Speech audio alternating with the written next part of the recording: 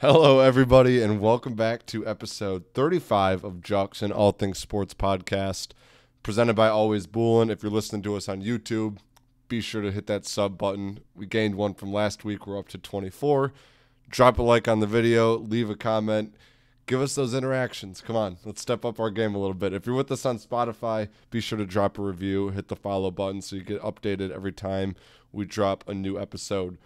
Lot of stuff to cover today. We're going to start off with some NBA, jump into the MLB draft, got some big NHL news to cover, and then we'll start off our division predictions in the NFL to round out the show, and then we'll wrap it all up with some wager wheel per usual. First things first, we'll jump into NBA. We've had a lot of summer league going on. Britney Spears got lightly smacked by Wemby's security guards. It is what it is. I think Britney's fighting a lot of other worse things right now with herself outside of Wemby's security guards. She's put some pretty interesting Twitter videos up lately that I've seen, at least. Questionable at the very minimum. But Summer League's been off to a somewhat good start. I haven't heard much about it. I haven't really followed the Summer League big since last time I really remember watching was when Lonzo Ball came into the league. Because it was a big ball of brand back in LA. It was, I don't know, it was must-watch TV. I remember sitting there watching Lonzo Ball play Summer League. But Wemby starts out ice cold, rough first Summer League game. Obviously a lot of satire, but all the bust things were coming out. People were messing, obviously. Comes out, performs big in the second game. Train, what are you seeing from Wemby? They've decided to rest him the rest of Summer League. Smart move. Why not? Get him in the gym. Get him bulked up. Get him on the plan. Get him into the system. You know, don't give him another reason to have a bad game and let the league jump on him. But what do you see so far from him? Do you think he's the talent that everyone says he's going to be? Well, that first game that he played, I don't even remember who they played against, but I think it was against Brandon Miller. Is that the Hornets? Yeah, that'd be the Hornets. So they played against each other, didn't start off good. Wemby didn't.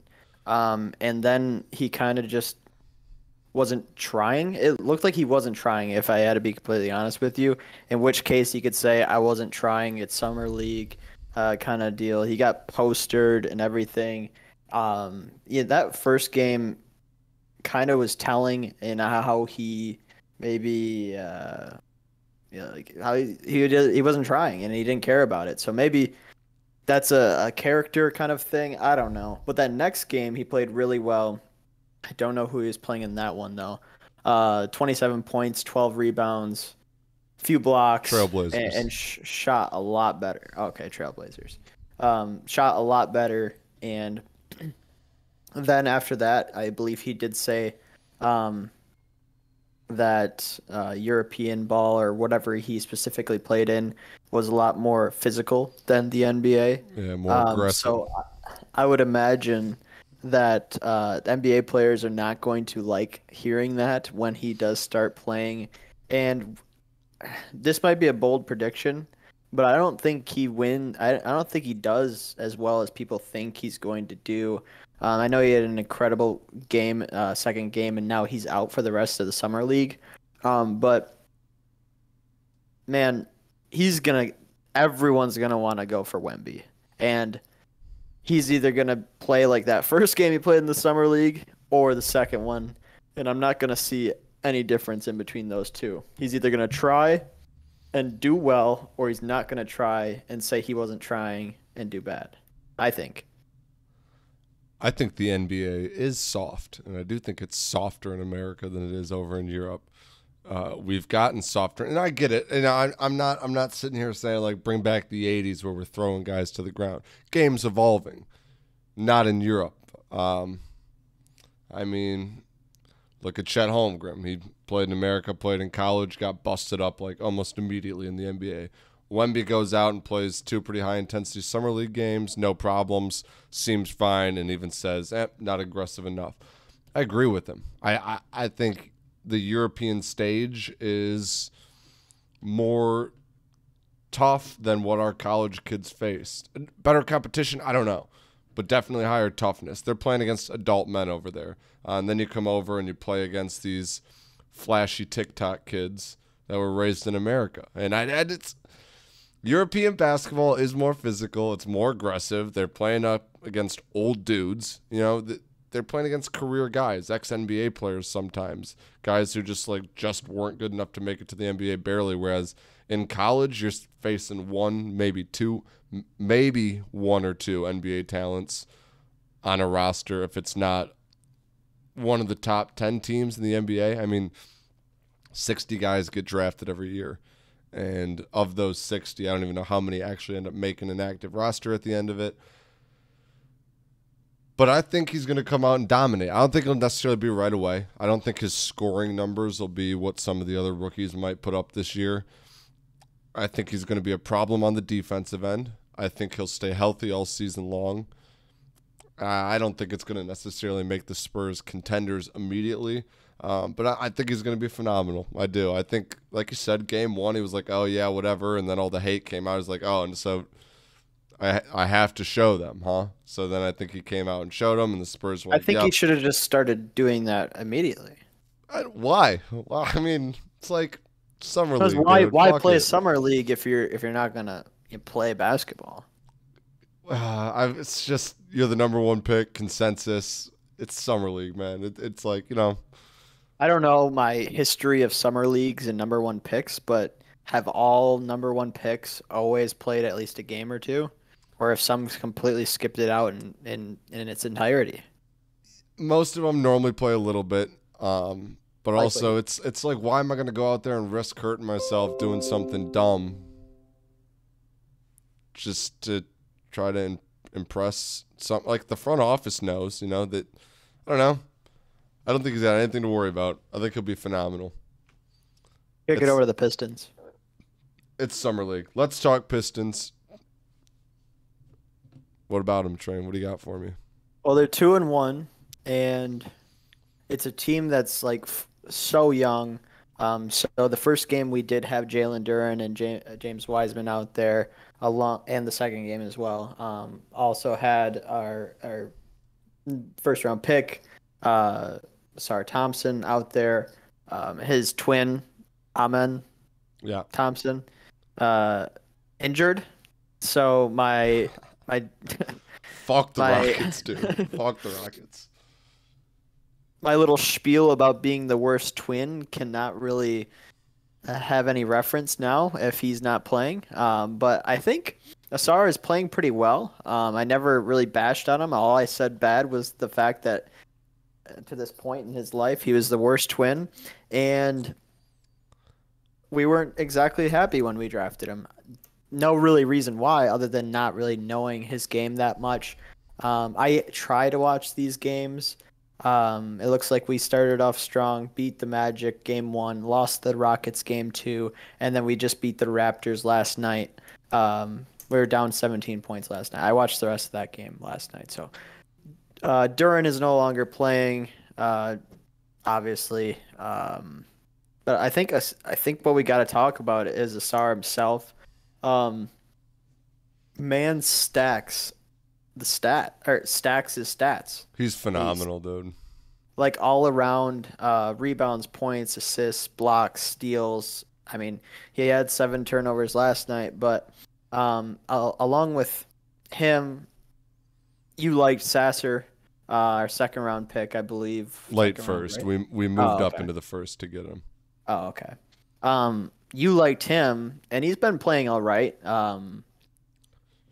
I'd say. But what do you think about the young talent?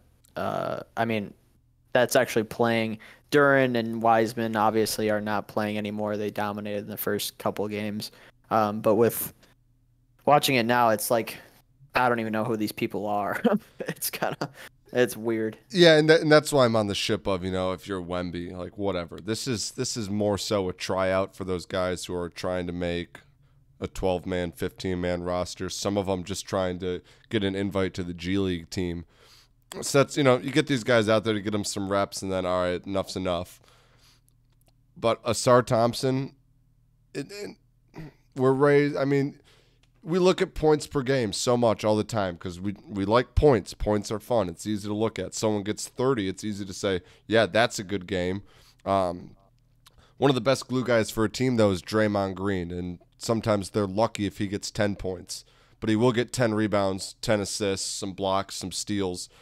And that's what Asar Thompson's going to bring to this team. You've got Jaden Ivey who can get buckets. You've got Cade Cunningham who can get buckets. You got Bojan who can get buckets. You brought in Joe Harris who lost his shot, but maybe he finds it this year. Isaiah Stewart's trending upwards on the three, but his true efficiency percentage is very low, but we'll see. This is supposedly his breakout year after the extension we signed him to. Hopefully. But Asar is playing lockdown defense. The athleticism is showing, obviously. I think he's going to be phenomenal. I saw, not that this is necessarily the comp you want to hear because we never saw it come to fruition because of back injuries. He's got Stanley Johnson athleticism, which is going to sting for some Pistons fans. But Stanley Johnson lost all that athleticism he had when he hurt his back. That's what really murdered Stanley Johnson. He had everything except a jump shot. And then he lost everything due to injury. That's what Asar is. He can do it all, except shoot a basketball very well. I don't know if Beeline is still our shooting coach or not. He hasn't done anything in the couple of years he's been here, if he still is our shooting coach, to make me be like, oh yeah, he'll fix him. Like I said, you see a little bit of strides in Isaiah Stewart, but Jaden Ivey got a little bit better jump shots throughout the year. I don't know if I can attribute that to Beeline, whatever. But maybe the jump shot comes around. But if not, you've got what's going to be an elite defensive player, stretch the floor, run both sides. He'll give you blocks. He'll give you steals. He's quick to get the ball to someone else, whether or not he's going to get it back. I don't know if you saw the block steal from Grady Dick, and then he threw it over to Sasser, and Sasser threw it up. It was sick. Reverse jam from Asar. I think he's gonna be. I think he's gonna be phenomenal. I really do. I think he's gonna work well with Cade, Jaden Ivey. What about Sasser? I know you were I'd say you were more high on him. Not necessarily. I liked the Sasser. Better, but I liked the Sasser pick, and I still do. I think it's a little bit more of a project, which is tough from a guy who was in college as much as him. But in the NBA, we are seeing some later primes from some of these players. I've been unimpressed with him in the summer league, but I don't expect him to be a two guard off the bench for this team right away. Obviously, we got Monte Morris, so there's your backup point guard, and you pair him with Alec Burks. So then Sasser's your three coming off, and that's if Killian's out of the picture at this point, which he's still around. So we'll see. Unfortunately, but yeah. Well, I like the potential in Killian more than I like the potential in Sasser. He's still so young, and he's a little French boy, and they grow. He'll grow. You love little French boys. With Wemby and Killian. He's small, man. He's small, and he'll still grow. We gave up on Bruce Brown too early. He went and won a ring with the Nuggets. We give up on these guys who show flashes because we can't be patient anymore, and then we get stuck in this rebuild for so many years. We'll see. We'll see what happens with it. Obviously, they liked him enough to move up into the first round to get him. He has shown flashes. I think there's potential there. Obviously, I was hoping for him to come out and emerge as a two guard, and Monte's kind of your safety one. But I think Monte Morris is going to be super dope for the team. I think it's going to be nice to have him and Burks as a veteran presence, help out Sasser a bit, and I think we'll see the growth there. I think there's good potential. I love Asar Thompson. And now it's getting to the point of the year where we start benching some more guys and we start hearing some names where they're like, oh my gosh, where do we find this guy? And then he's only good because he's playing against other guys who are going to be sitting on G League rosters. But this is when Summer League gets fun because you start hearing names you've never heard of before. Right.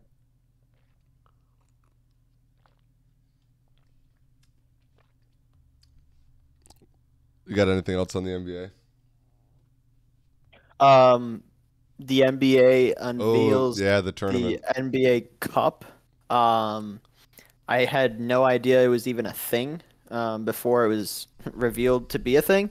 I had to do some research to see what's going on with this, but it's basically it's World Cup style, like how they picked the teams in each group. These groups basically random groups other than being in the Eastern and Western conferences, I think. Um, and then they play each other regular season games as if, it's just anything regular. And then uh, it's kind of an elimination. They're split into 6 groups, 5 teams in each group. So basically just redoing divisions and stuff like that. One team would be selected. And then they play everybody from that group. Whoever ends up doing the best go to like knockout rounds in a playoffs. For me, it's something I'll probably not pay attention to because it's happening in I think like December, and that's football time, On the weekends, yeah. Yeah, I just don't know how much NBA basketball I'm going to be watching. NBA on Christmas, dude. Come on.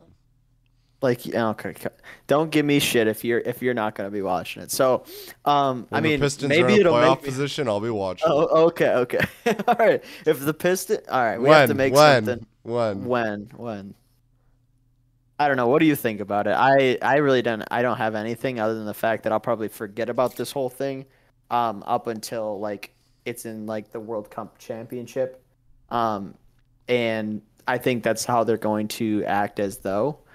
Because I don't think they're going to make anything of the regular season games any different up until like these playoffs, and like I think it's like mid to late December, so maybe around Christmas time. Yeah, and I'm kind of on the same page with you. I remember them talking about it and like we should add this, and then like a month or two ago, they're like, oh yeah, NBA is adding the in-season tournament. I'm like, oh, they meant like now. And then there was some little thing on the TV that was like, this is the cup or whatever they're calling it. And it walked me through everything. That first group stage, that's regular season games. Yeah. They're counting it also in group play. So like it's a little bit of best of both worlds. And then, you get the winners of each group. And then I think there was one wild card from each side. I don't know. It's not like I'm going to be watching a regular season game and be thinking like, all right, this is huge. If we win this, That's what I'm saying. I'll sit around till the end, and then I'll be on Twitter, and it'll be like, oh, if Pistons win tonight, they'll advance to the – like, I think the elimination rounds will be fun. I don't know if it's single elimination or best of. I think it's single. Yeah, once you get past your group, it basically takes the best record from within your group. Yeah, and it's knockout, right? And then it's knockout. Single game knockout. Yes. I mean – they're already kind of at a disadvantage because they're playing more games, I think. Dude, I was just looking this up, and I still have no idea what's going on. Basketball is made for single knockout tournaments. I think the NBA playoffs are a little bit boring because there's no magic in it. Like, throw the Pistons in a single game knockout scenario, they might get lucky once. Like, it's like a little bit of March Madness for the NBA. I'm not trying to compare the two at all, but there'll be a little bit more excitement in the middle of the NBA regular season. Maybe lucky. I don't know what the stat like. If your team's playing in the finals of this thing, are your best players doing load management? What's the goal behind winning it? Is there a banner hung up? I don't know what kind of accolade it is exactly. Is there going to be a parade? Like, is it to a point where it's like, oh shit, we're in the finals, like we all hands on deck, Bron's playing 40 minutes, or is it like, all right, well, we accidentally made it to the finals because we won a couple games in a row in the middle of the year, and Bron's like, my knee's a little sore, and like, okay, take it easy, as opposed to him playing through an injury through the playoffs. I don't know. I just don't know how much I want to like. Let's say, like, you're right. The Pistons win their games, their solo games, and they're playing for this thing. Am I like die hard? Oh yeah. My god, we need to win this. And then like, how much do I react? The first one might mean the most. Okay, that's fair. Right? Yeah. First ever NBA Cup. Yeah. You win the first one, it might be huge. The next year, they might be like, all right, that was dumb, but we're doing it again. But it's like, oh well. We won the first, like that. You win the first one. That's good enough. I'm curious to see how it plays out. I won't be focused on the pool play. I don't really watch regular season NBA. I do think the Pistons are going to be good, despite what a lot of other people think. I just think people forgot how good Cade Cunningham was because we didn't see him all last year. I think they're going to be really shocked. I really do. I really do. I think the Pistons are going to come out and surprise people. Do we win our group in advance? Probably not. For people that want to know who's in the Pistons group, we got the 76ers, the Cavs, the Hawks, and the Pacers. I think we have potential to have a better record than all of those teams except the Sixers. We'll see what happens with the James Harden scenario, because there is rumors that if James Harden goes, then Joel Embiid's like, I'm out too. I don't know. We'll see.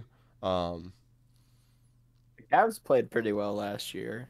Yeah, Hawks have Trey. I do forget the Cavs have Donovan Mitchell. That's what always gets me. Yeah. We got kind of fucked with our division, huh? Yeah. I mean, when I saw it, I wasn't too happy. I love Trae Young, but fuck the Hawks, dude. I really think there's some chemistry on this Pistons team. I think they're going to surprise people.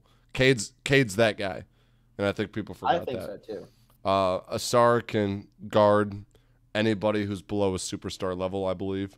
You know, I think it's a fun young team, and they might be shitty, but they're young and like whatever, you know. We haven't been 500 since like 2017, 2018, whatever it was. We were 41-41. Ever since then, we've only been either. I think the most highest is like 25 wins. I think this is a team that can make the play-in tournament. Man, I wish I had that confidence. I do. I hope it happens. Go back and watch 2021 Cade Cunningham highlights and just be reminded, and then add Jaden Ivey to his repertoire. Add Asar Thompson. Add Alec Burks. Add Bojan. All these weapons that Duran pick and roll. Cade's a superstar, and people forget that. And he'll remind them again this season coming up. Speaking of superstars, not a lot of NHL news, but we got some big NHL news. We've been waiting for weeks and weeks. We thought it would happen at the draft. We thought it would happen during the MLB draft. We thought it wouldn't happen. Then we thought it was going to happen again. And then it was about to happen, but we were waiting for the deets to come out. We were live with Ham on 2K. Red Wings landed Alex DeBrincat. It's huge. We finally know where the goals are going to come from. I've got chills talking about it right now. It's Hockey Town's on its way back. It's really fun. People still don't think it's necessarily a great Red Wings team, but it's a step in the right direction. And the one thing I love about the Red Wings and Yzerman is we always seem to get good deals. He's made some questionable free agency signings sometimes. They normally turn out to be all right for us, though. He made a couple questionable ones this year that were like, oh, it's a lot of years for a lot of money, but we'll see. What happened in this one? We were worried, who are we going to give up? Who are we going to lose? We can handle losing this person. We can handle losing this person. We gave him Kubalik, Sabrango, one of our 2 first-round picks next year, and we get to keep whichever one we want. So we get to keep the better of the 2, and a 4th-round pick. It was trade rape. There was a tweet going around that was they were trying to do the trade on Chell, and they had trades set to easy difficulty. I know you can't put like him saying I only want to go to the Wings and this and that in the trade engine, but they had everything the same with 2 first-round picks, and the Senators were still declining the trade on NHL. I know it's a little goofy. Really? I didn't even see that. Yeah, but it's goofy, but it's funny. We thought it was going to be so much worse. We thought we were going to lose a big-name prospect. We didn't. We kept Johnny Burgers. I know a couple of times Sens fans were like, we got to get at least Raymond. Some of the real crazy people were like, we want Sider or nothing. That was never going to happen, though. We got away with giving him Kubalik, Sabrango, who's an AHL defenseman, but we just drafted 18 defensemen in the last draft. That's hyperbole. We didn't take 18. Just about though. We got defensemen. We got Edvinson. We got plenty of guys coming up. Our defense is already stacked as is. Sabrango can go over there. Reen said don't sleep on Sabrango, but we'll see. we got our guy. We got a 40-goal scorer. And What did Reen think about it? Now well, that he you brought loved him the up. trade too. And Oh, okay. on top of dismantling them in that trade and getting him for next to nothing out of our system, we got him on an extension. He wanted 8 years, and everyone was like, "All right, 8 years, 8 million AAV. That sounds about right." I think we landed on 4 years, 7.8, I'll confirm. 7.9, maybe. I think it was 7.875. Or am I way too high? Is it like 5.875? It's low. We got a good contract. Uh, 4 years. 7.875. Yeah, So yeah. 4 years. Wait. Yeah. Yeah, Yeah, four you're right. years, 7.875. I think the last year's a team option, but I could be wrong on that too. I might be getting the beef stew contract mixed up in It just that. says 4-year contract extension. Regardless, the guy wanted 8 years. That was apparently what was holding up the trade. We got half of that, so now we got a 25-year-old through his age 29-30 season, which is phenomenal. If he's doing great, re-sign him. If not, whatever. We have him through his prime, a 40-goal scorer, under 8 million AAV. It's a steal of a deal. It was a steal of a trade. I kept seeing post after post that they were like, the trade was like one good thing, A trade grade. Then you get an A plus contract grade on that. It's ridiculous. It was a range of emotions. You know, there was a point where they were like, oh, it's not happening with the Red Wings anymore. It's falling apart. Senators couldn't find anyone else. They finally had to let him negotiate contracts before the trade. We bent him over and we fucked him. And then we spanked him and fucked him again. It was incredible. I don't have a ton of words on it. I think I've said quite a bit. We got our The only goals. thing I the We only got our thing I put in goals. there is he Eiserman obviously knew that we were gonna get Cat before we drafted all these defensive players, and I think what you said maybe last week or maybe a week, 2 weeks ago, whatever it was, you said you can go out and get your goal scorers. You can do that, but you gotta draft and find young talent defensively, and I think that's exactly what we're doing. 373 points through 450 games played. I looked up his stats. I watched highlights, and I'm trying to actually have some sort of knowledge and some chow. Not only because the wings are looking bright, but maybe a little bit. I'm happy, and I think Kat is also very happy. Man's Hometown guy. wanted to come home, dude, Yep. and I think it's gonna be electric. That first home game. And Hockey Town is back. It's Hockey Town's back. This is a 90-point team. They can fringe in on the wild card this year. Depending on how the talent comes up through, could do even better than that. We're set up for success now. We didn't cripple ourselves with a bad contract. Stevie Y has all of my faith in the world. He played this situation perfectly. The fact that you got your guy, you got a ridiculous trade package for him, and then everyone's like, "Oh, he wants 8. He wants 8 years. That's what's holding us up." And then we got him for 4. Ham and I were texting about just give the guy 8-8, just give it to him, and then we get him for half that and a little under 8, which is absurd for a 40-goal scorer. People question if he will be a 40-goal scorer again, and like, oh, he did it because with Patrick Kane, whatever. He didn't. The advanced stats are there for him. Hockey Town's back. It's going to be a really fun season. Red Wings hockey is on the up and up. We got some dogs. We got some system. I like the way the draft went. I love the way this trade and extension went. I like the Comfer signing. I think we made some good moves. Hockey Town's back. Let's move on to the MLB draft. Cole, you want me to run with it first? I know you did some research. Do you want to take off Yeah. and go with what you got, or you want me to lead? I don't have a whole lot. Bark has been itching to talk baseball. So as far as I can see, we'll probably touch on the All-Star break after you go over the draft. Actually, probably don't even need to talk about it too much. But no, Bach, you need to dive in because I have no idea about high school baseball players or anything like that. So take it away. Here's the thing, Trent. Nobody knows anything about any baseball players. And I hated jumping on Twitter after our pick at number 3. Now, let me lay the record straight. I would have taken Cruz over Max Clark. Wasn't available. I'd probably take Skeens over Max Clark. Wasn't available. My personal draft board, I had Max Clark too. I would have understood taking Skeens over him, though. But Max Clark was the top 3 talent for me.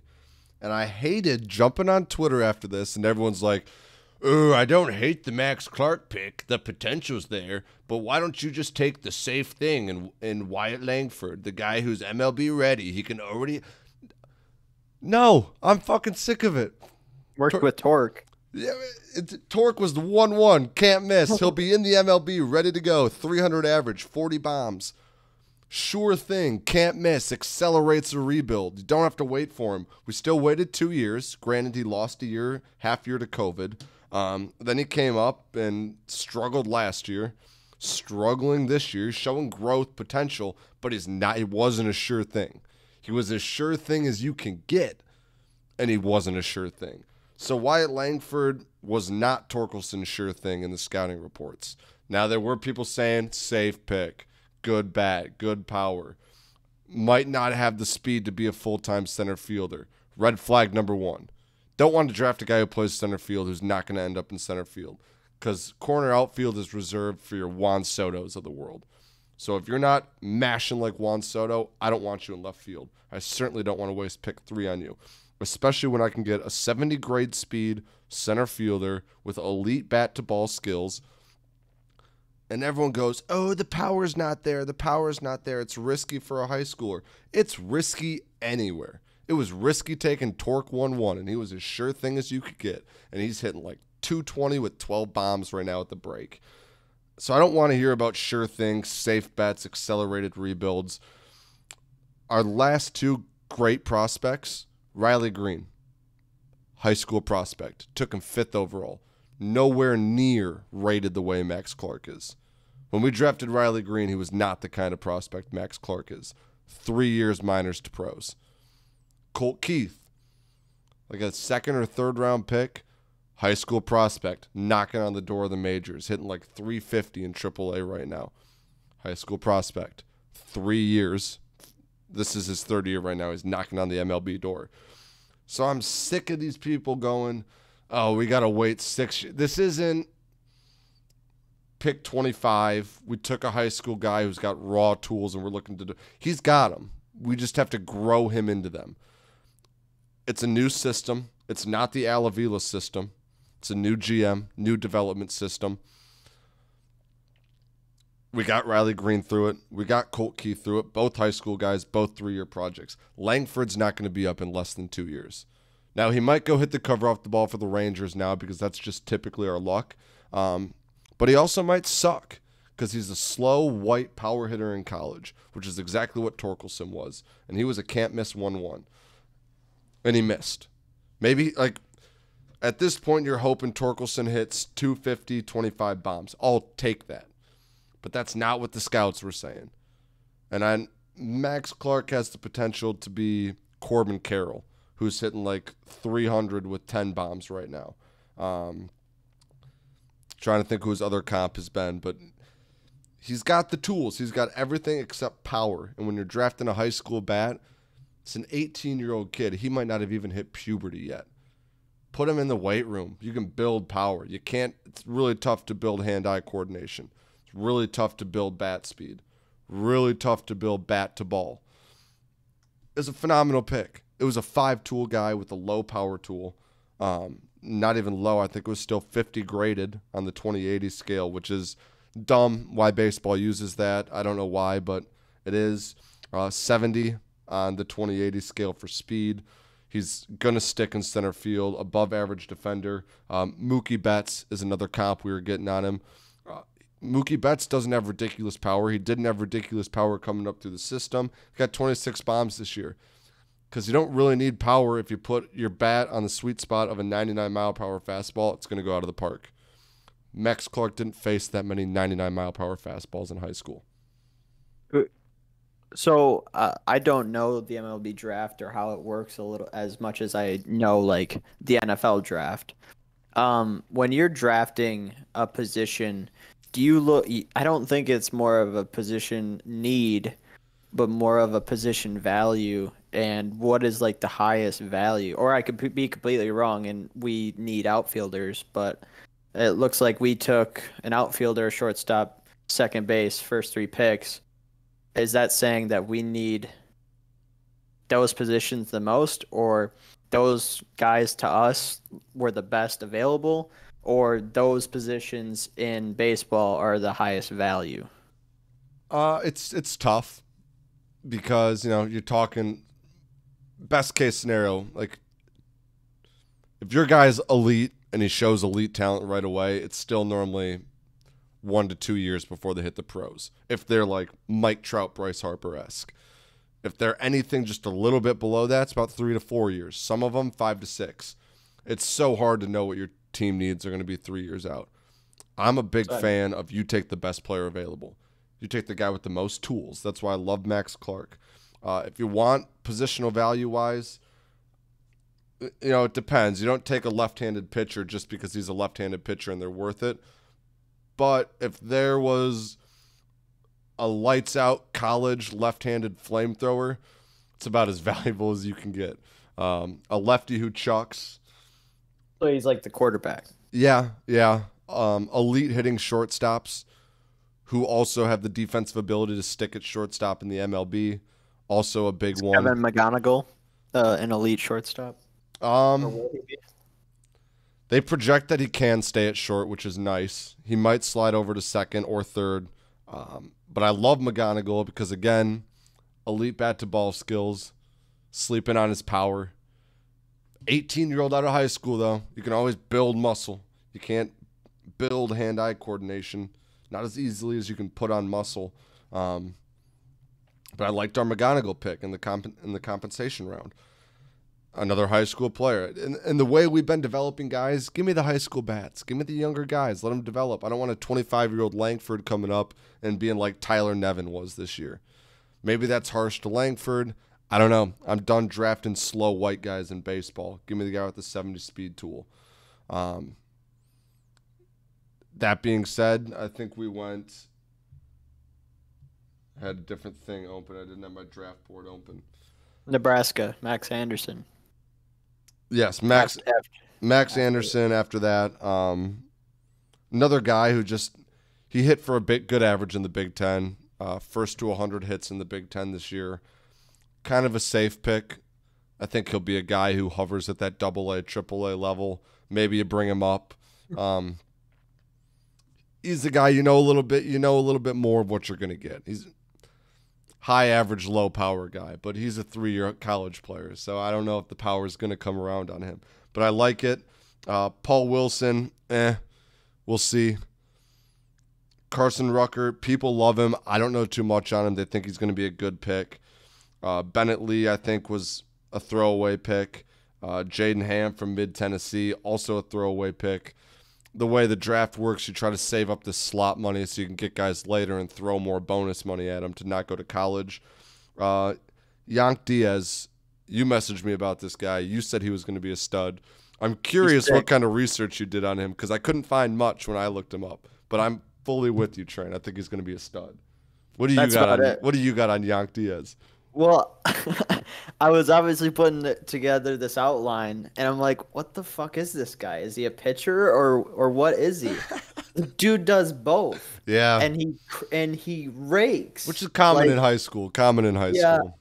Yeah, I guess that's true. But what do you think he'll end up being? In his future, I don't know where that will be, but like that kind of situation for a high schooler, who plays both, what would that look like? So I love a 97-mile-per-hour four-seam fastball, especially in the 8th round. That being said, they said he had to deal with control and figuring out some other pitches, so he might just be a third baseman with incredible arm accuracy.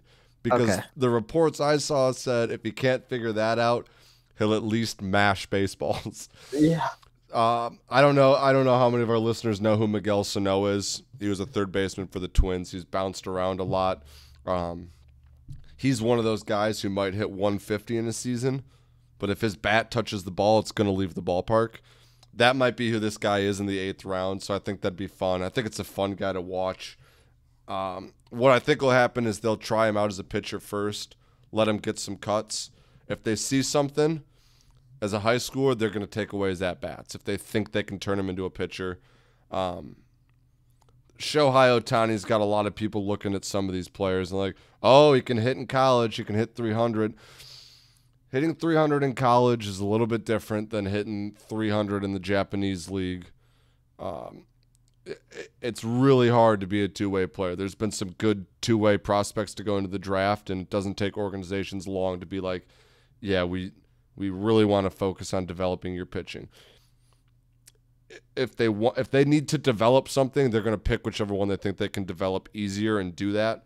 So if they think that the pitching potential is there, they're not going to let them take at bats. But That sucks. if they look at the pitching and go, yep, fuck that, go play third base and just hit nukes, I love that. The other guy I love in this pick, it's 20 rounds. I'm not going to go through all of them. Brady Zerkonik, catcher, pick 15, round 15. Connors State, something in Oklahoma. I don't know. Some whatever college. College is easy, especially in the lower divisions. These guys hit nukes. But you give me a catcher who hits 25 bombs in the 15th round, I love it. On top of that, we already signed him. We gave him a big chunk of money, which means Scott Harris likes him because we signed him for way above slot value. I got a $450,000 signing bonus. Damn. Yeah, which 15th round, that's like $400,000 above slot. So it's a big deal. But he hit like 400 average with 27 bombs. I don't care what level of college that you're at. If you're playing catcher and hitting 27 bombs, you can come play on my baseball team. So I love that. And one last thing I want to touch on in case there's still people out there thinking that we picked Wyatt Langford. The only argument I'll listen to is if you liked Walker Jenkins, another high school outfielder, over Max Clark. I think it'd be ridiculous, but I'd listen to that before I'd listen to Wyatt Langford talk. Nobody knows shit about baseball prospects. I think I started this off with that. In the last 10 years, this is the number one team in the league, the highest percentage in the MLB. The Houston Astros, 23% of their draft picks in the last 10 years have played at the major league level. For any team, not just with the Astros. Out of every player and as of 3 years ago, they cut it in half from 40 rounds to 20 rounds. So 7 years of 40 rounds, 8 years of 40 rounds, 3 years of 20 rounds. 23% of their picks have played in the MLB. Number 2 goes down to 20%. That's insane. No one knows. You look at we talked about 1-1 picks when we were doing our draft preview and Torkelson, this, that. Mickey Moniak, he's in the pros now. He's not a 1-1. Mark Appel, 1-1. Little bit of time in the pros. Was not a 1-1 pitcher. Mike Trout, phenomenal. Drafted late first round. Awful scouting report. People didn't know if he'd be able to keep up in center field. They said his best tool was his speed. Didn't know if he'd ever have any power. Now he's probably one of the best players of our generation in baseball. Nobody knows besides some scout in the room who says that guy. And I trust the scouts that Scott Harris has in the room. Obviously, we're not going to hit on all 20. I gave you 4 guys I like. Yank Diaz is a stretch.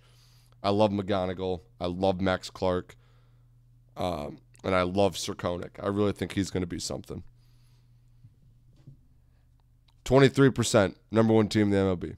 23% of their picks in the last 10 years have played 1 or more MLB games with some team in the MLB. No one knows, so don't pretend like you do. Be happy for Max Clark. Root for him. Fuck Wyatt Langford. I don't want to hear about it anymore. Let's talk football. Okay, I didn't know if you want to do any All-Star break, but We can cover it a little bit if you want. I think they should change the home run derby back to the way it was. I agree 100%. When I did listen to part of my take after the home run derby, they said, I don't even know where the balls are going. I don't even know if they're hitting home runs whenever it's all timed, and they want it all to be over within an hour or 2 hours. But man, like, it's not even enjoyable to watch on TV because you're just seeing this guy swing and you have no idea where the ball's going. The cameraman's gonna have to like be on coke because he's every fucking time, and it's just, I want to watch the ball. I want to see where it goes. I want to see how far it goes. They also talked about how it could be like intertwined with the way it used to be and the way it is now. But the way it is now, I tried watching it, dude, and it was just, I had to turn it off. Like, it was not entertaining. Along with that, that kid got hit in the face. I mean, he's fine, so it is a little funny. Use your glove, not your face. Like, for anybody that doesn't know, you know how like there's a ton of kids out in the outfield catching all those balls. Catch the baseball. Well, Vladdy was up to bat one of the rounds and just smoked this kid right in the face, and he just moved his glove, and it's a funny video. You gotta go watch. Just catch it. They proposed that we get like drunk college guys out there and see what happens. Then you could definitely laugh at them, right? Yeah. Because it's hard to laugh at like a 12-year-old kid that can't catch a baseball from that's coming in 100 miles per hour from Vladdy. But if Steed was out there, he would eat that one on the face. He'd stay out there. Yeah, I mean, I miss the All-Star games of winner gets home field advantage in the World Series. A lot of people say that's bullshit too. It is, but it's one game. I get it. It's the World Series, but you watch some of those old All-Star games. How do they determine that now? It's just better record. Oh, okay. Yeah, go ahead. Whoever's the better record. You watch some of those old All-Star games. These guys are fucking trying to win. They're like hustling from second, tagging up on pitches and extra innings, trying to. And it should be fun. That one I can give or take. And as far as the home run derby, I 100% agree as a baseball lover. On top of being able to watch the balls land, we're seeing some of the best athletes we've ever seen nowadays. I bet these guys could hit baseballs 500 feet. And here's the reason I want to switch back a little bit more. Is so that these BP throwers can take their time and throw a good pitch. I feel bad for, like, especially the guys. I think Adolis Garcia's guy was really struggling to throw a good pitch. He's got to throw them pretty quick, and they're close. It's a stamina but I contest mean, now. Yeah, you're out there throwing, and it's not easy to throw. I mean, I threw BP in high school for my team. I was the BP pitcher. I was good at it. I can throw meatballs down the middle. But, like, if you're rushed and you're timed, you're worried about, like, okay, it landed, throw another. If you can sit there and feel it, show the ball, now we can really see some guys crank some home runs. That being said, I don't blame the MLB for it. I blame the people of America. Our attention spans are too short for it nowadays. I think people see highlights of Josh Hamilton, Prince Fielder, other home run derbies, be like, oh, I miss when they cranked bombs like that. I think a lot of people would get bored of the old home run derby really quick. A lot of downtime. This is kind of like that TikTok thing where you got a video up top and another video down low. So if the video up top's not actiony enough for you, you can watch some Subway Surfers down below. Guilty of that. This is all right. Hits a pitch. It's like, okay, let me see the next one. That he hit that. It's gone. Announcer said so. Let me see the next one. Oh, yeah, you got to be seeing. It's partly America's fault. I think a lot of people would lose interest if they went back. I think they should go back. 10 outs was way more electric. On top of that, the whole tournament style. You could be the second best home run hitter in a round, but still get kicked out because you went up against the first. Yeah. Back in the old ways, it was top four move on, bottom four are out. I like it better that way. It was more fun. I don't know. Julio Rodriguez broke the record in the first round, understandably so. Probably exhausted the next round and lost. It's a little frustrating. Congrats to Vlad Guerrero. Congrats to the NL for busting their losing streak to the AL in the All-Star game. Sometimes I watch the celebrity softball game, but I don't know if it's on tonight or if I missed it or what. I think that was the first day. Yeah, right. Yeah, that's always sometimes kind of fun to watch to see how old I am and which celebrities I don't know anymore. But productive All-Star weekend. Baseball starts back up again on Friday. Be sure to set our fantasy lineups. And we'll have something else to bet on again. It's been a couple dry days of betting, so. Oh, yeah. I mean, it's been a couple dry months if you don't watch baseball. Yeah. Speaking of betting, football. Take us away, Trey. So one thing that wasn't AFC North or NFC North related was the Tom Brady and Kim K news. I don't know if you wanted to talk about it. What are your thoughts? Do you think something comes of it, or are people just overreacting to this party that was had? I think people are overreacting. I think Tom Brady. Me too. I think Tom Brady knows he's too good for Kim Kardashian. Oh, okay. I think he knows he's too classy. Too classy. Oh, okay. Well, hit it and quit it, Tom. Hit it and quit it. It was mentioned. So, first week of doing this, we'll do it every week. AFC North and the NFC North. I have the odds to win the division here, their win total lines, and then we'll end up ranking them.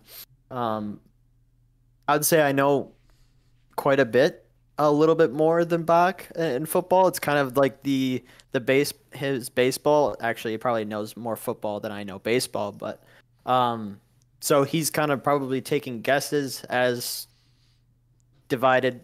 I go with the gut on football. I went through all of the schedules multiple times and basically just took an average of how many wins each of these teams have gotten. So we'll start with the AFC North. Bark, do you have any idea or any guesses as to who's going to win this division? I mean, I think it's really hard to say anyone outside of the Bengals. Okay, yeah, I think that was pretty consensus. Steelers dark horse, though. #NAR. He'll love that. Big strides from Kenny Pickett this year. Ravens did acquire OBJ and some other guys, but I just don't think they have the ability to be higher than the Bengals, or the Bungles, as we like to say on here. So I agree, it's pretty chalk, but I think the order. Actually, we'll go on that a little bit. But the win total lines: Bungles 11.5, Ravens 9.5, Browns 9.5, and the Steelers 8.5. The one I do like a lot is the Steelers 8.5, because they're never under 500. Over 8.5 is nice. Bungles 11.5, also nice at +110. So I like those two. The two ends of the spectrum there of the lowest and the highest, but I like both of those overs in the win total for the Bungles and the Steelers. Here's my thing. Here's Bach's thing. Steelers won 8-1 last year, right? That's what they ended at? No, I think they went 9-8. I don't think they tied. All right. Yeah. So 9-8. I think. Now you got me guessing, dude. Go search it up for me really quick while I start my spiel. Either way, my point will still stand. 8-1 or 9-8. If it was 9-8, they covered this win total last year. You're telling me they got 9-8. You're telling me they got worse? I mean, even if they didn't get better, even if they stayed exactly the same, that's free real estate. But you got another year of Kenny Pickett under there. There's fingers crossed no TJ Watt injury that happens this season. I think it was that he missed like 6 games last year, and they still went 9-8. Another year for Pickens. Defense is still the defense. Tomlin doesn't go under 500 ever. I know it's minus 155, but come on. What are we talking about? And worse, they had a great draft, too. Joey Porter Jr., Darnell Washington. I don't know. 8.5 seems criminal. I think the team that I can't get a grip on in this division is the Browns and Deshaun Watson. Love Deshaun. I think they also got another. Do you? Oh, big Deshaun Watson guy. Yeah, he's big comeback season this year. Comeback. But I can't get a read on them, dude. They went 7-10 last year, and it basically looked like Jacoby Brissett could carry that team. He was on the Browns last year, right? Maybe. It looked like he, did better with the Browns than Deshaun did. So I have no idea what's going to happen. Maybe it takes some time to get back into the game of football for Deshaun, but I'm not going to touch them. Odds to win division. I'm not going to touch their win line because they could be nuts. They got Chubb, one of the best running backs in the league. Deshaun Watson was taking the Texans to the playoffs and winning games. And now they have wide receivers. I can't remember who they had. They just picked up this year. I know they have Amari Cooper, but I'm not touching them. My predictions for the way this division looks, and Nar, I know this is going to sound really bad because I took their over in wins for the Steelers, but I do have the Steelers going 8-9 based off of. I literally go through their calendar. I know. Yeah, I pick every single game throughout the season, and their average is at like 8. So that's what I did this based off of. So maybe I'm wrong. Maybe I'm just wrong. But these are my records. The Bengals at 13-4, Ravens 10-7, Browns 9-8, and the Steelers 8-9. Oh man, he's gonna kill me for that one. I don't know if you want to go record wise, but you could say what order you think they might go. Yeah, so I don't have records for you, but yeah, that's okay. I do have orders. Tough to go against the Bengals. It really is. So I'm still going to stick them at number 1.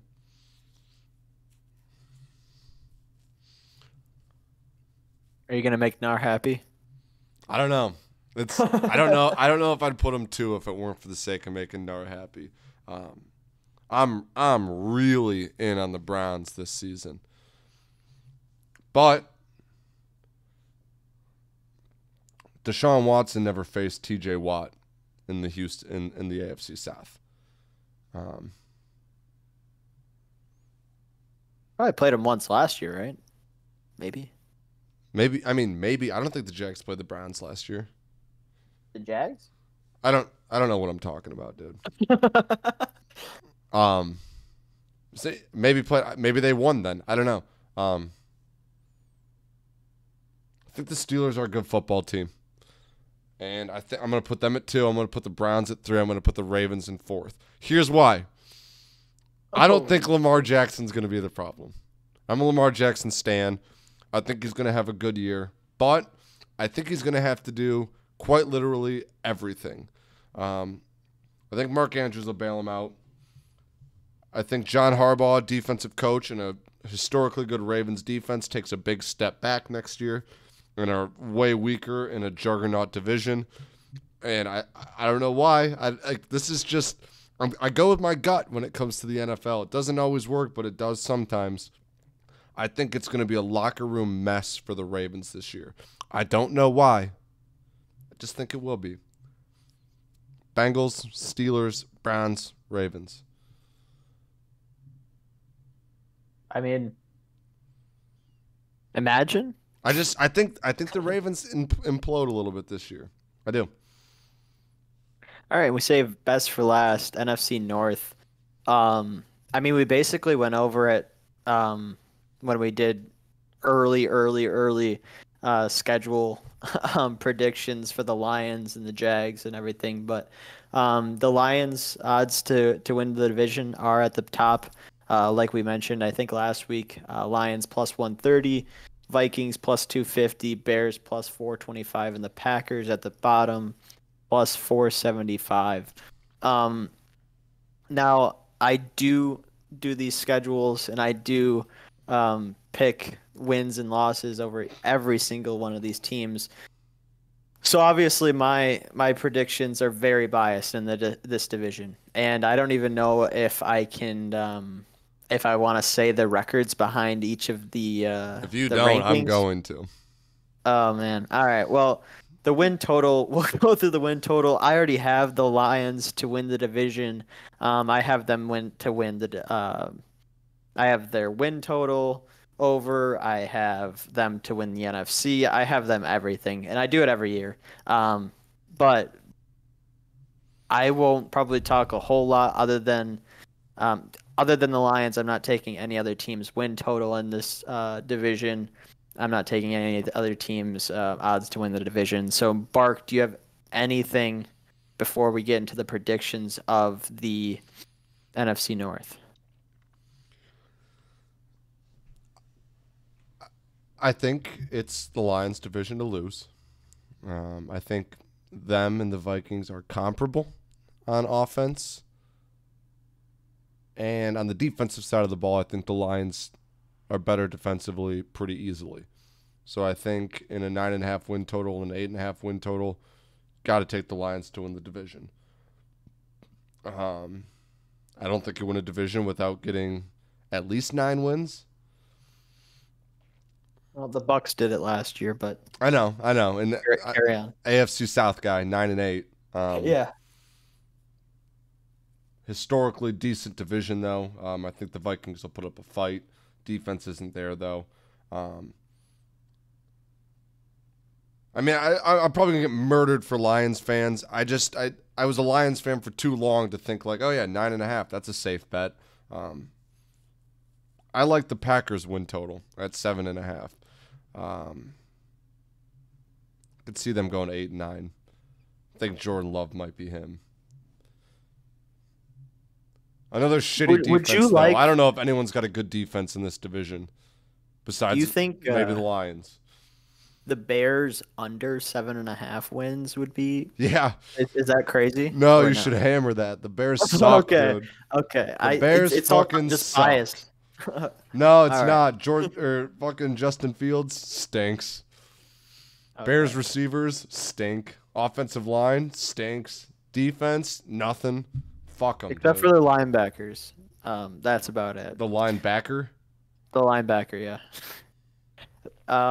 So my predictions for this is obviously the Lions winning, the Vikings in second, and and I basically judge this all based off of my records. What records do you have? Average is the Lions 12-5. Vikings in second at 7-10. Yeah. Oh. Packers 5-12 and the Bears 5-12. And that's not gonna happen. I'll just say that right now. That's just not gonna happen. Would it be awesome? Yes. But I think the Lions win the division. I think it's the Vikings or the Packers in second. I think it's a race between those two. And then I think the Bears are in last. I don't think they're there, and I don't think Justin Fields acquiring what was his name, DJ Moore, really elevates that team to score more, and Tremaine Edmonds really helps that defense and prevents the Lions from dropping 40 on them like almost each game last year. The Lions won. They were 5-1 in the division last year. I feel so bad for DJ Moore, dude. Oh yeah, shit team to shit team. Shit quarterback to shit quarterback. That's like that too. Just once, like, let someone competent throw him a football. Poor guy. Now fuck him now. Well, yeah, he's a Bear. Oh, I actually. What just happened? Oh. You good?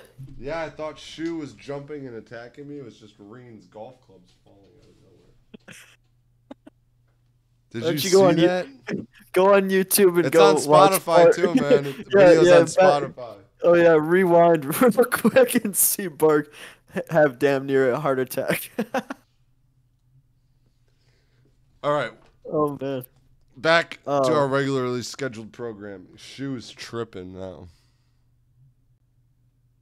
you got. Oh, he jumped down. He's got to investigate. Yeah, he's coming out to investigate. Oh my God. So, well, as I was saying, the Lions, their record in the division last year was 5-1, and their only loss was against the Vikings at the Vikings in Minnesota. And I don't know if you started watching that show on Netflix, Quarterbacks, I but don't have a Netflix account anymore. Thanks for oh the yeah, awful sorry. reminder. Um, we lost against the Vikings in the last minute because of blown coverage by our defensive backs, and we improved that this year. So I think if we did it last year, we can definitely do it this year and go 6-0 in the division. Why not? And then that will only help us, get more wins and come out on top in the division. I think the Lions won the division. I don't think you're super far off at 12-5, but I definitely think a little bit of bias is showing. But it's tough for me to say because I've got a bet on the Jags to get 12-plus wins, and our schedule is much more difficult than yours because we won our division. But Relax. I'll take the Vikings in second and the Packers in third. But I think they'll both be like 9-8, 8-9. I think it's ridiculous to have three teams. Like I get it. Like it's not a great division now with Rodgers out and stuff. Oh no, I understand that this is But to have three wrong. under five, it's not the AFC South, man. I take the Bears in last because I truly believe Justin Fields is not a good quarterback. So we agree on the rankings on this one. Yeah, I think Vikings Packers will be like tied, toss up. I think they're gonna have very similar records. I struggle to say this because there's so many Lions fans that listen. I think it's going to be a better Packers team than people think this year. I don't think they would have been so willing to move on from Aaron Rodgers. Like I think they would have fought for another year or two if they. Their defense is good. They have a good defense. Yeah, and I just think they would have fought for Aaron Rodgers a little bit more if they didn't think Jordan Love had a little bit in him. Right? I don't know. When they let Brett Favre go, and I just everything is lining up for them to just do what they've been doing. Oh, I know. So we'll see. I have these hypotheticals in here. We and don't have. we won't touch on them, but we will probably soon in the next couple episodes. We need to get Nar in here for the hypotheticals. We need to get. I think Parker loves these things, dude. So if he does listen to this, we will talk about it. How long would it take you to get a hit in the MLB against an MLB pitcher? For some reason, we covered a lot of these this past weekend, and take a group of your best friends. How many points would you score on an NBA team if you were all 7'5" and had 3 months to practice? We're gonna go over it. I think we're gonna have to because, Chell's done. Summer League's gonna be done. We're gonna have to have something to talk about other than the divisions and baseball. So another fun one to add too. Stephen Che was talking about it today. I don't know if you saw it on Twitter. You get 30 pass attempts in a live NFL game. Can you complete one pass? Has to go over the line of scrimmage. Can't be a screen or a jet touch pass. Oh, Texas route? Yeah, I could probably do that. I can't see shit over those. I know. I thought about it for a second. I'm like, I could probably throw a football 5 yards, but that shit will probably be like floating like a bumblebee to even a D lineman who can probably just reach up and grab it out of the sky. Yeah, I can add that one in there. Cause I got at first it was like, oh yeah, 30 pass attempts. I can throw a ball 2 yards and get one completed. But then someone's like, yeah, when I saw like this backup receiver come in and have 2 completions in a live game for 14 yards, like that guy's athletic. Yeah, I'm 6'2". I don't know if I can see over those guys either. All right, we'll jump over to the wager wheel. We both lost last week. Um, I don't know how close yours was, but I imagine you They lost in a little bit lost. better fashion than me. Oh yeah, Yeah, they lost 6-5. by one. Keith Mitchell tied for 42nd. Cooch got 67th. Whatever. I'm over it. Let's spin the wheel train. This one's for you. I'm All six right, and let's eight on do the it. year. You're 8-7. Yeah, we'll have to get somebody on for these hypotheticals because. Boom, train. You got a free pick.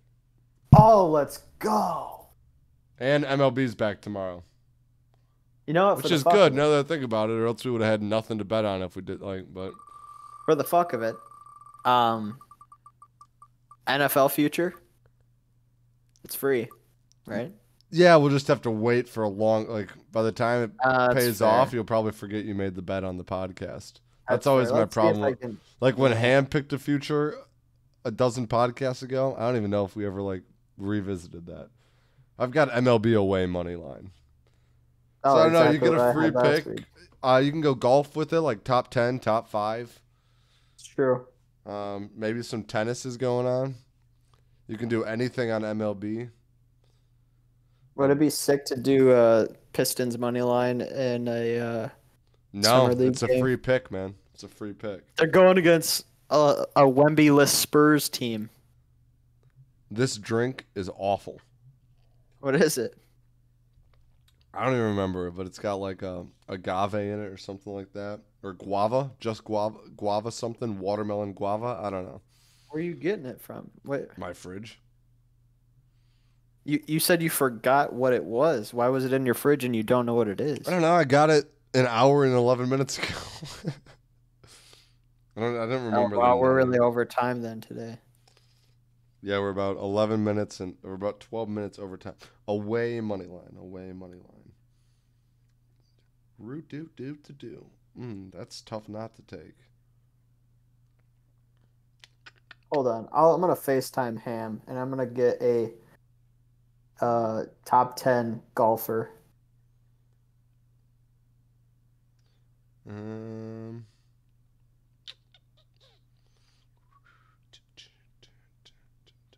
Wow, there's a lot of good MLB games to bet on Friday tomorrow. Oh, Carlos Rodon's pitching on Friday for the Ham, Yanks. I need a top 10 PGA. I got a free pick on the wager wheel, and I want to go golf. Yeah, could you not do top 10 after it starts?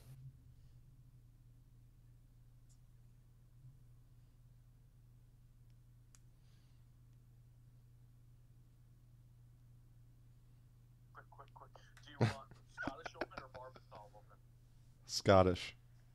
Scottish. Is that the Genesis?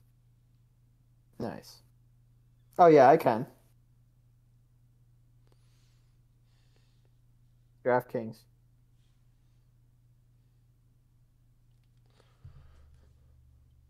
I got mine. Yeah, go ahead, Buck.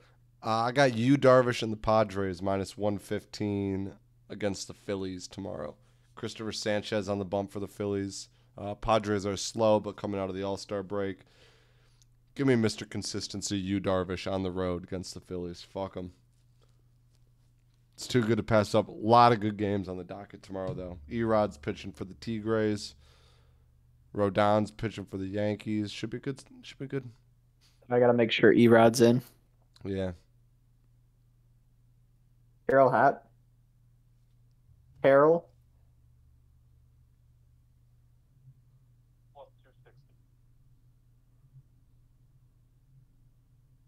Oh, Terrell Hatton. All right, Terrell Hatton. Top 10 is my free pick this week via Ham. Had to include Ham. Thank you so much, Ham. Talk to you and we want to play some 2K? All right, we'll be on in 15 minutes. He's getting on. He's getting on. Awesome. Love it. All right, Tyrrell Hatton, top 10 finish. You, Darvish, and the Padres, money line tomorrow against the Phillies. Train, anything else before we close? No, I think hopefully you're you enjoy a nice long episode this week. We had a lot to go over. Lot to go over. Big Max Clark stands. Thanks for listening. Episode 35 of Jux and All Things Sports Podcast, presented to you by Always Bullin. Again, if you're on YouTube, like, subscribe. We're up 1 from last week. Keep it going up till we get to 30. If you want to see another duck race, what for? I don't know. We'll figure it out. But duck race was popular. I'd love to bring it back, but I'd also love more subs. If you're listening to us on Spotify, be sure to hit the follow button, drop us a rating. Thank you for spending your time with us. Thank you for listening. Until next time, as always, fist it, boys.